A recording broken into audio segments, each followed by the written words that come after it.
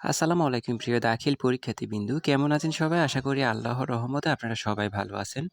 Free test examination 2026 দাখিল class 10 English second paper. এটা হচ্ছে আলফাতা পাবলিকেশনের প্রশ্ন। অনেকেই চেয়েছেন। তো ইংরেজি দ্বিতীয় পত্র আলফাতা পাবলিকেশনের সেকেন্ড পেপার নিয়ে আসলাম। এটা ইনশাআল্লাহ 100% কমন পাবেন।